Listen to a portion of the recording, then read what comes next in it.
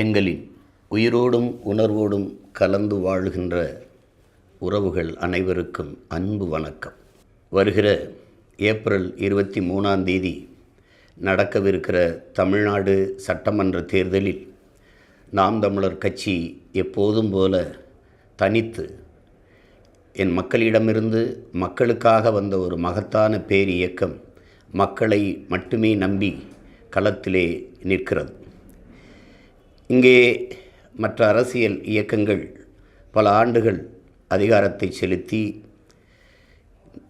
நிறைய பணங்களை சேமித்து ஒதுக்கி வைத்திருக்கிற இயக்கங்கள் மறுபடி அந்த பணத்தை முதலீடு செய்து அதிகாரத்தை தக்க வைக்க போராடும்.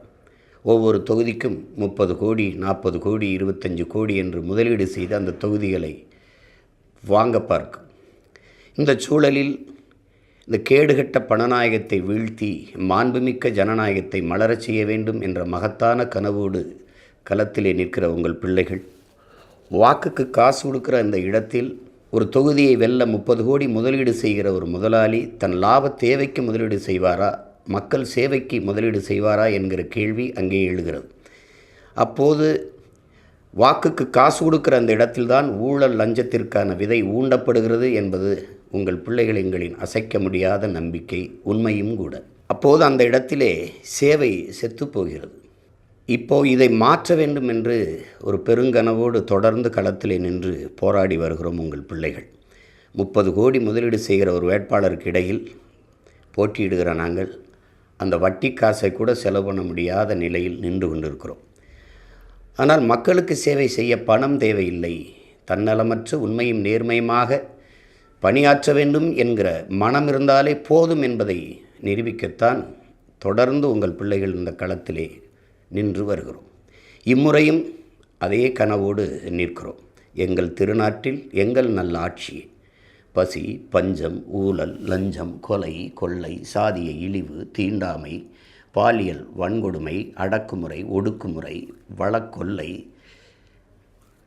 மத போதை, இது ஏதுமற்ற ஒரு புதிய ஒரு தேசம் செய்வோம், மக்கள் புரட்சியால் அதை உறுதி செய்வோம் என்ற முழக்கத்தோடு களத்திலே நிற்கிறோம். எப்போதும் போல எமது மக்கள் ஒவ்வொரு தேர்தலிலும் தங்களால் இயன்ற நிதியை கொடுத்து எங்களை வலிமைப்படுத்தி இருக்கிறீர்கள்.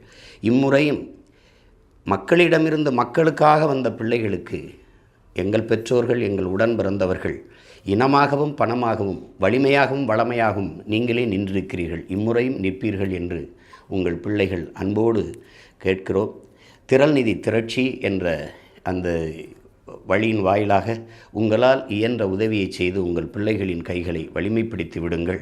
களத்திலே நின்று நம் இன முன்னோர்கள் கண்ட கனவை வென்று முடிப்போம் என்கிற உறுதியை தருகிறோம். நாம் தமிழர், தமிழ்தாய் வாழ்க, தலைவர் பிரபாகரன் வாழ்க, புரட்சி எப்போதும் வெல்லும், நம் வெற்றி அதை சொல்லும், நம் இலக்கு ஒன்றுதான், இனத்தின் விடுதலை, இனம் ஒன்றாவோம், இலக்கை வென்றாவோம்.